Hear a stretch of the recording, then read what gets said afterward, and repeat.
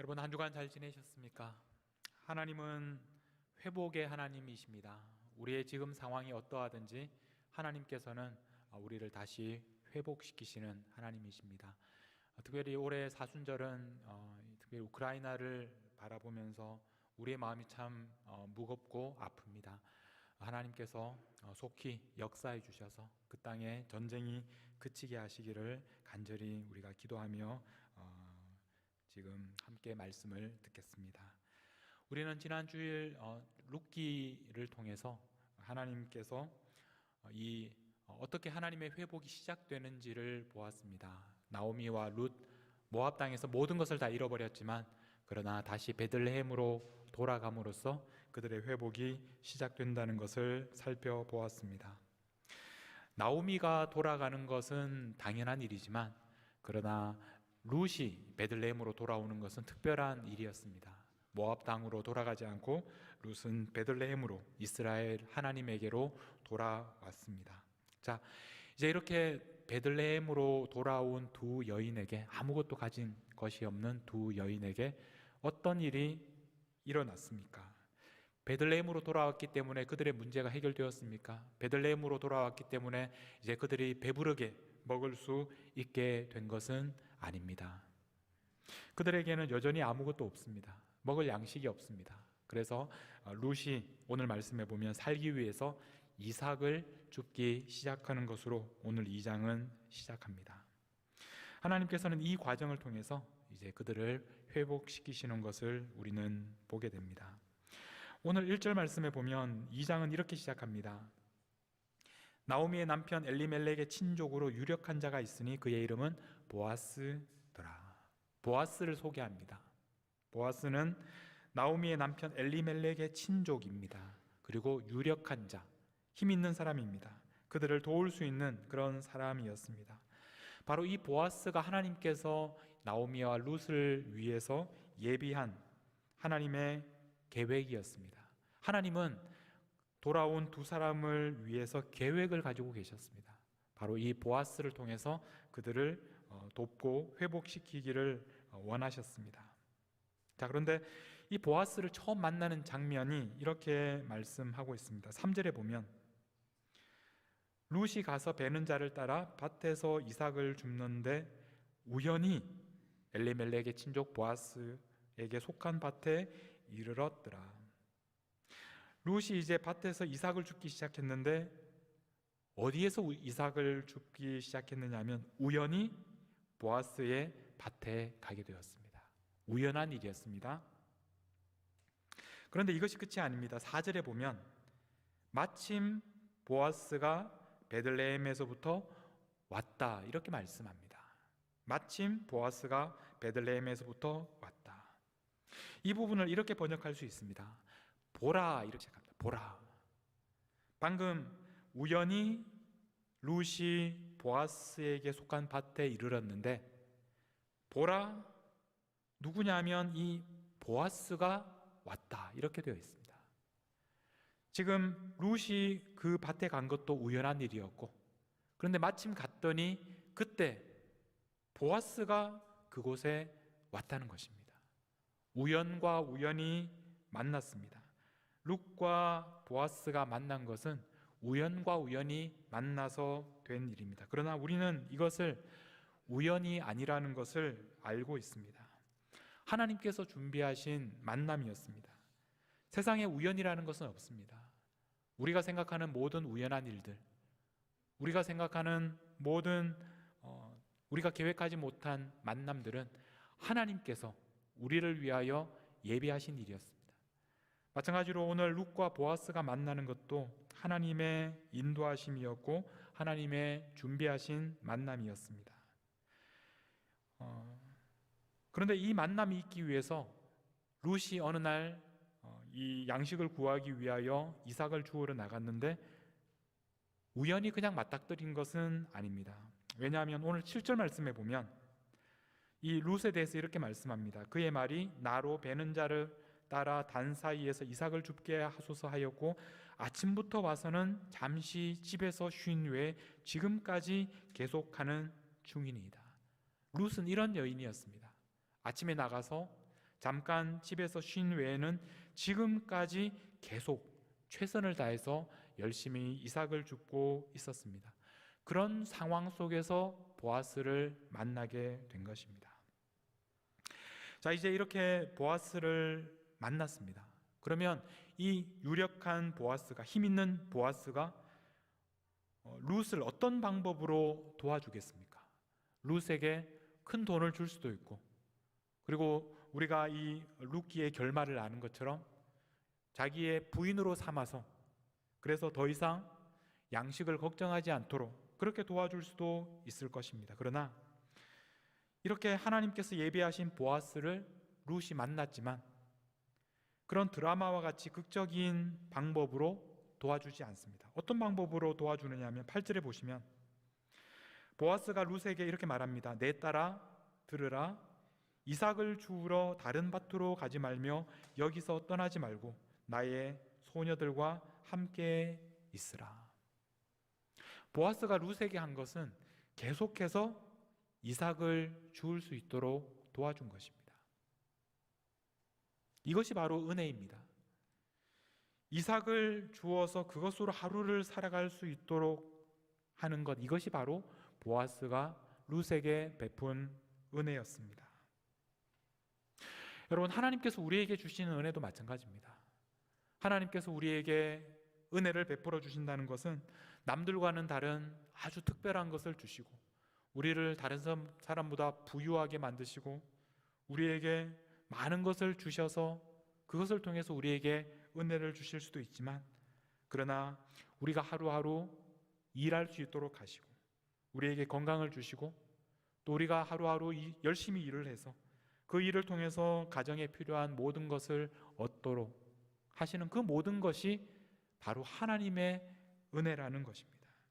날마다 필요한 것을 우리에게 주시는 그 모든 순간이 우리에게 은혜라는 것을 우리는 기억해야 합니다. 바로 보아스가 룻을 도와주는 방법이 바로 이런 방법입니다. 자기 밭에서 이삭을 주울 수 있도록 도왔습니다. 9절에 보면 보아스가 룻을 더 많이 배려해 주고 있는데, 9절에 보면 그들이 베는 밭을 따라 그들을 따르라. 내가 그 소년들에게 명령하여 너를 건드리지 말라 하였다.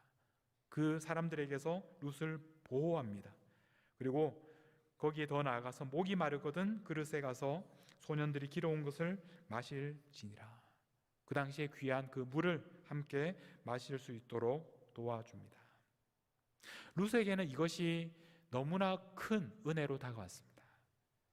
그래서 얼마나 놀랐느냐 하면 10절에 보면 이렇게 말씀합니다. 룻이 엎드려 얼굴을 땅에 대고 절하며 그에게 이르되 나는 이방 여인이오늘. 굉장히 강조되는 표현입니다. 나는 이방 여인입니다. 그 당시에 이방인이라는 것은, 그것도 이방 여인이라는 것은 유대인들에게 있어서는 정말 함께 상종하지 못할, 도움을 요청할 수 없는 그런 천한 존재였습니다. 자신은 이방 여인인데 어찌하여 나를 도와주십니까? 어찌하여, 그렇게 묻습니다. 자, 그런데 그 말에 대해서 보아스가 대답하는 것은 바로 11절 12절 말씀입니다. 보아스가 이유 없이 룻을 도와준 것이 아닙니다. 11절에 보면 보아스가 그에게 대답하여 이르되 내 남편이 죽은 후로 내가 시어머니에게 행한 모든 것과 내 부모와 고국을 떠나 전에 알지 못하던 백성에게로 온 일이 내게 분명히 알려졌느니라. 룻이 자신의 남편에게 했던 일, 룻이 자신의 시어머니에게 행한 일, 그리고 룻이 자기의 고향 모압을 떠나서 이스라엘로 온 일, 이 모든 일 때문에 12절에 보면 여호와께서 내가 행한 일에 보답하시기를 원하며 이스라엘 하나님 여호와께서 그의 날개 아래 보호를 받으러 온 내게 온전히 상 주시기를 원하노라. 바로 룻이 하나님에게로 돌아왔기 때문에, 하나님의 날개 아래에 보호를 받으러 왔기 때문에, 그래서 하나님께서는 보아스를 통해서 그를 돌보시는 것입니다. 그에게 은혜를 베푸시는 것입니다. 룻이 지금 보아스를 통해서 받는 은혜는 우연한 일이 아닙니다. 바로 룻이 자신의 남편과 시어머니와 그리고 이 베들레헴으로 돌아오는 과정, 하나님에게로 돌아온 것 때문에 하나님께서는 보아스를 통해서 돌보고 계신다는 것입니다. 자, 그런데 여기에서 보아스가 이제 룻이 이삭을 주울 수 있도록 도와주었는데 여기에서 더 나아가서 특별한 은혜를 베풀어 줍니다. 15절에 보면 룻이 이삭을 주우러 일어날 때 보아스가 자기 소년들에게 명령하여 이르되 그에게 곡식단 사이에서 줍게 하고 책망하지 말며, 그 다음 16절입니다. 또 그를 위하여 곡식 다발에서 조금씩 뽑아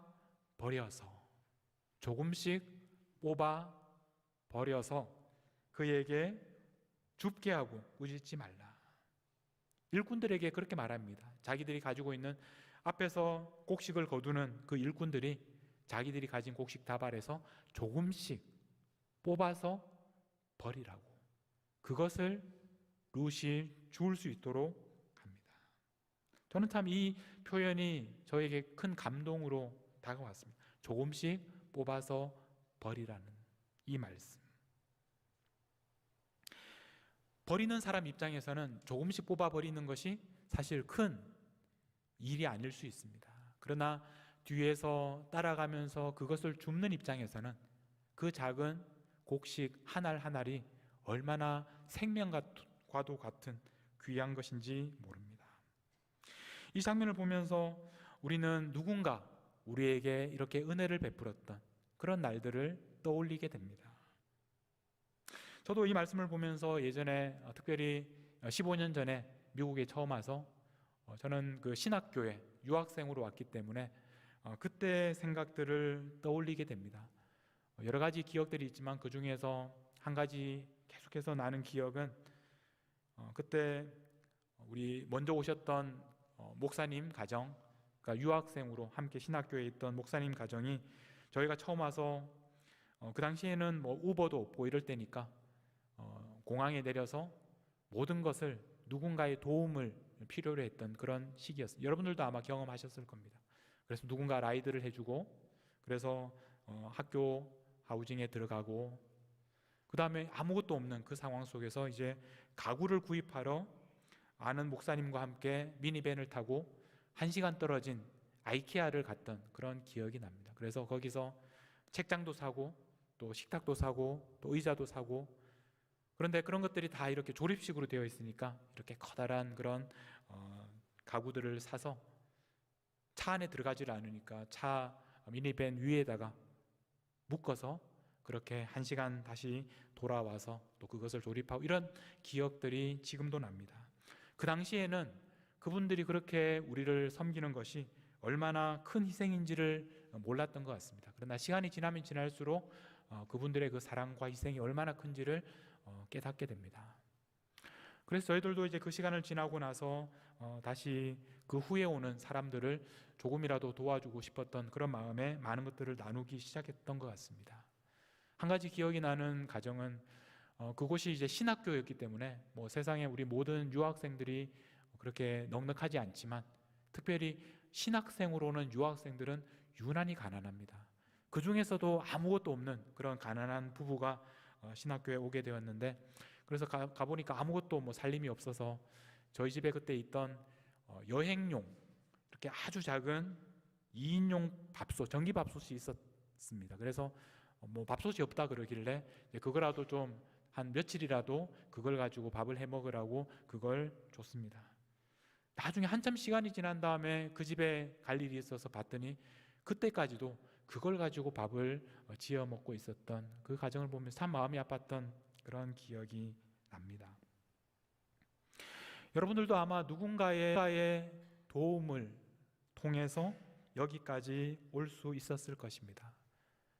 이 자리에 오기까지, 또 정착하기까지, 또 누군가 여러분들에게 자신의 소유를 조금씩 뽑아서 여러분들에게 흘려보냈던 그런 일들 있었기 때문에 우리가 여기까지 올 수 있었습니다.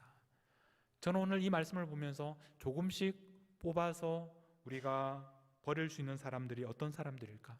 아마도 오늘 이 시대에는 우크라이나에 있는, 지금도 우리에게는 지금 당장 10불, 20불이 뭐 뭐 없어도 살 수 있는 그런 돈이지만, 그러나 지금 우크라이나에 있는 사람들은 그 돈이 그들에게는 생명과도 같은, 지금 당장 먹을 양식과 입을 옷이 필요한 그들에게는 그것이 생명과도 같은 큰 도움이 될 것이라고 생각합니다. 우리가 받은 은혜를 기억하면서 우리들도 우리가 가지고 있는 작은 것을 조금씩 뽑아서 버릴 수 있는 그런 우리 모든 성도님들이 되셨으면 좋겠습니다.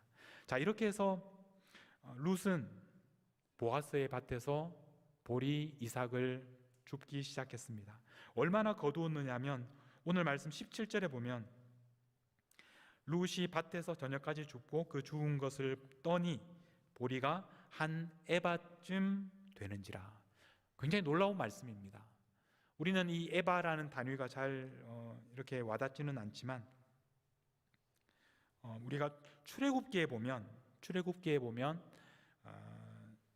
그 당시 그 광야에 만나가 내렸을 때 한 사람이 얼마나 거두었느냐 하면 그때 한 오멜씩을 거두었다라고 말합니다.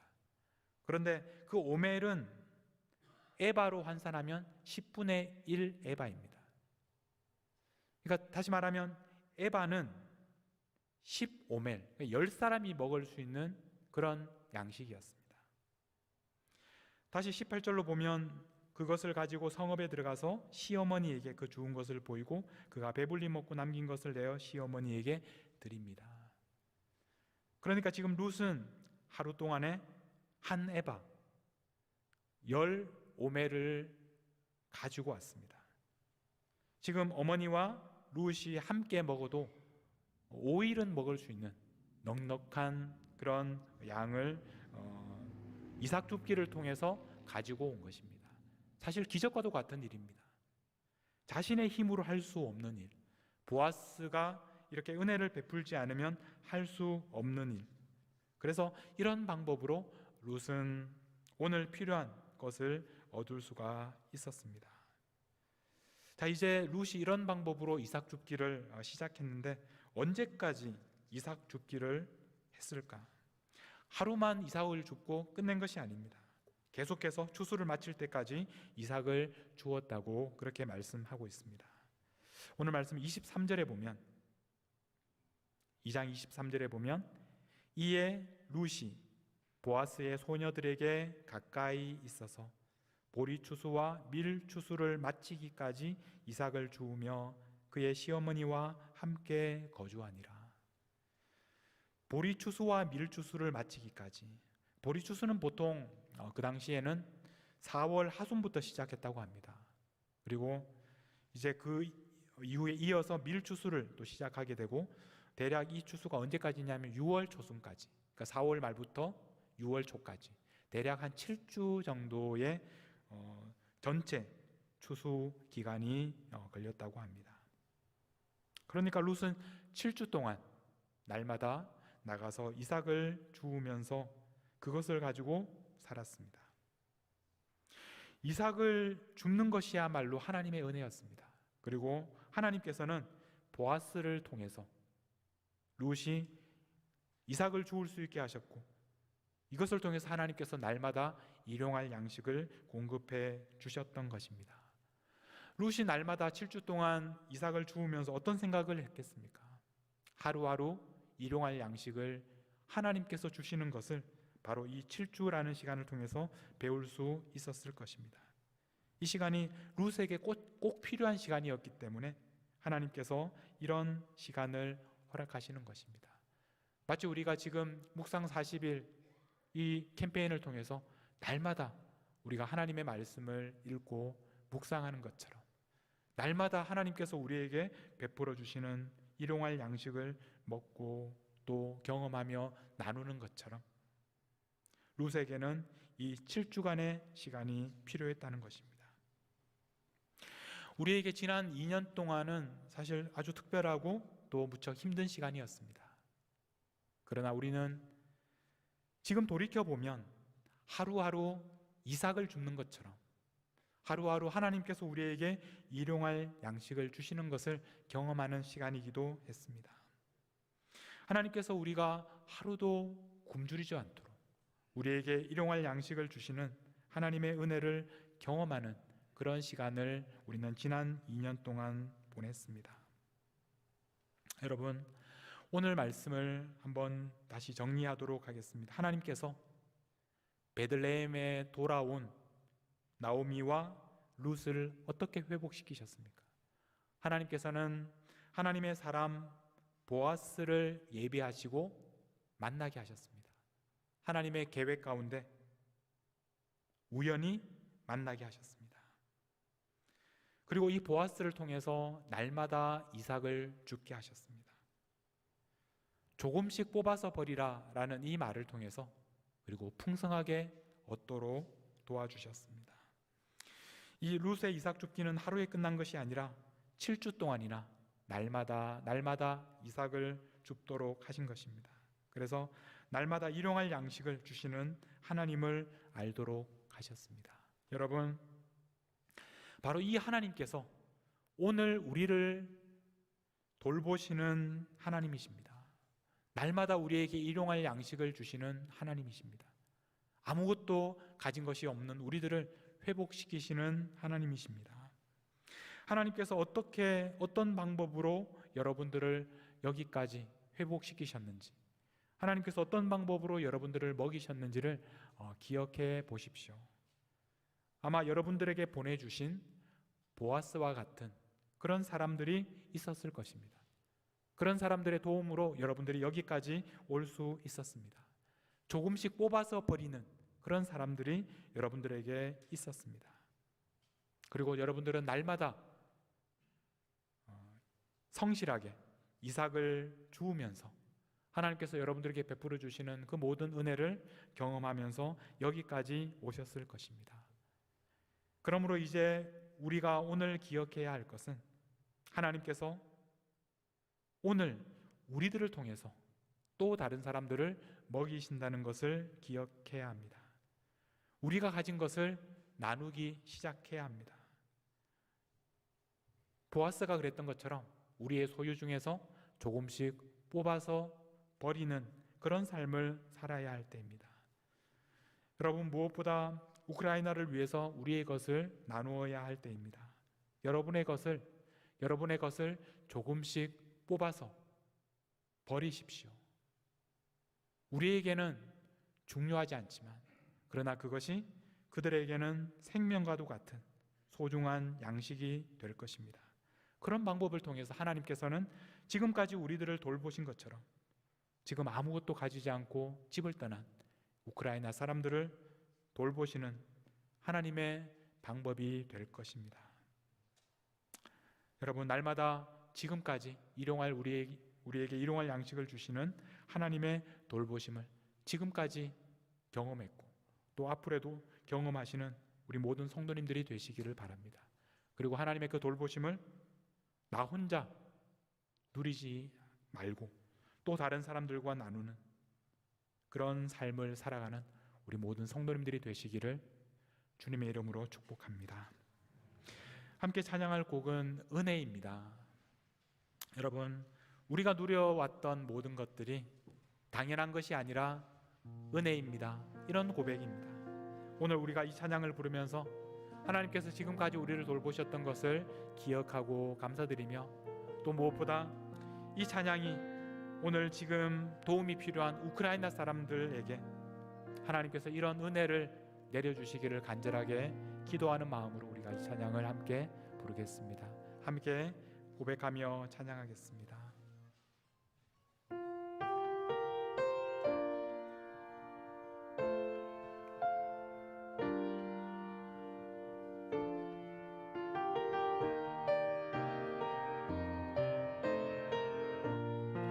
내가 누려왔던 모든 것들이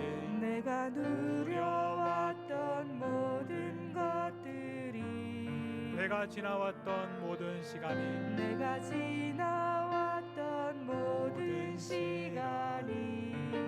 내가 걸어왔던 모든 순간이 당연한 것 아니라 은혜였습니다. 당연한 것 아니라 은혜였소.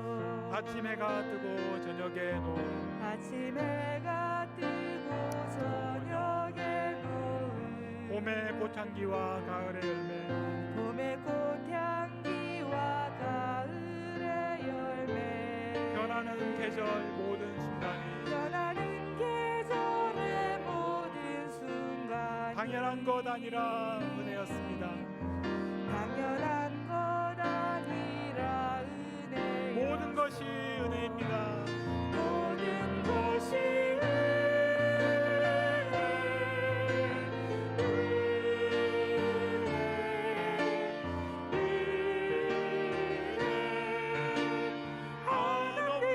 내 삶에 당연한 것은 하나도 없었습니다. 없었던 것을 모든 것이 은혜였어.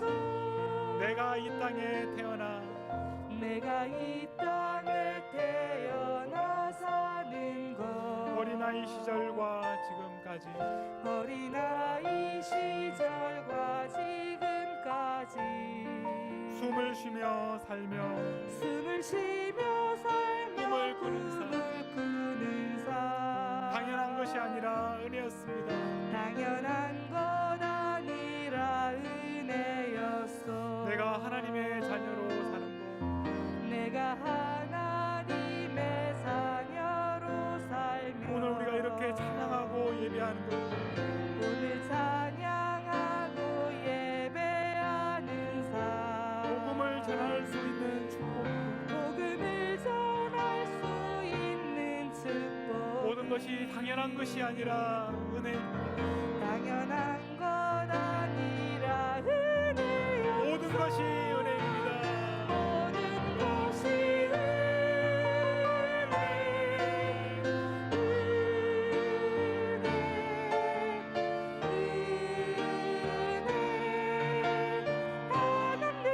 내 삶에 당연한 것 하나도 없습니다. 모든 것이 은혜입니다. 모든 것이 은혜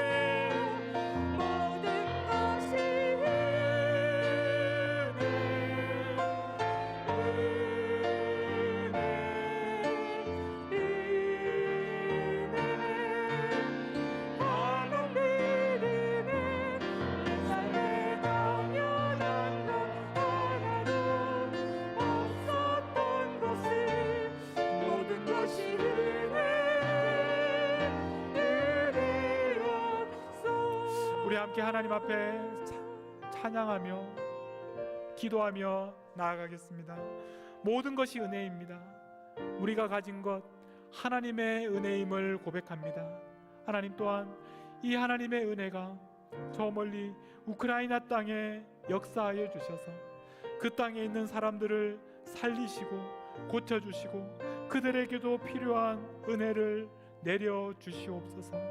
그 땅에 전쟁이 속히 끝나게 하여 주시옵소서. 우리 함께 마음을 다해서 하나님께 기도하며 나아가도록 하겠습니다. 기도하겠습니다. 하나님 아버지, 모든 것이 은혜입니다. 모든 것이 하나님의 은혜입니다.